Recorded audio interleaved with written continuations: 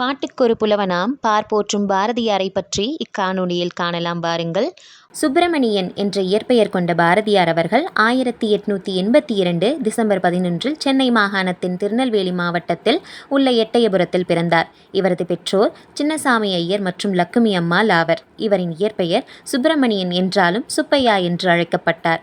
1887 ஆண்டு சுப்பிரமணிக்கு 5 வயதாகும் போது இவரது தாயார் லக்குமி அம்மாள் மறைந்தார்.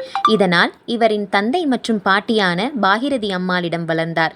இவரது தந்தை ஆங்கிலம் மற்றும் கணிதம் கற்று இவர் ஒரு பொறியியலாளராக வேண்டும் என அவர் எண்ணினார். இவரது 11ஆம் வயதில் பள்ளியில் படித்து வரும் பொழுதே கவிபுனையும் ஆற்றலை வெளிப்படுத்தினார். இவரின் திறமையால் இவர் பாரதி என்று அழைக்கப்பட்டார்.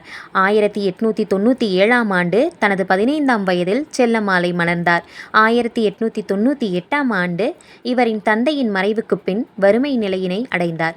இதனை எட்டயபுரம் மன்னருக்கு தெரிவித்து பொருளுதவி வழங்குமாறு கேட்டுக்கொண்டார்.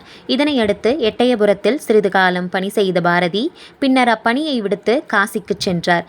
ஏறத்தாழ 4 ஆண்டுகள் காசியில் ஒரு மடத்தில் தங்கியிருந்தார். அங்கு தங்கியிருந்த காலத்தில் பாரதி இந்து ஆன்மீகம் மற்றும் தேசியவாதத்தை பற்றி அறிந்து கொண்டார். சமஸ்கிருதம், இந்தி மற்றும் ஆங்கில மொழிகளை கற்றுக்கொண்டார். சிகை வளர்த்து தலைப்பாகை அணிவதை தொடங்கினார். போற்றும் பாரதியை பற்றி இன்னும் சில தகவல்களை அடுத்த காணொளியில் காண்போம் வாருங்கள். நன்றி.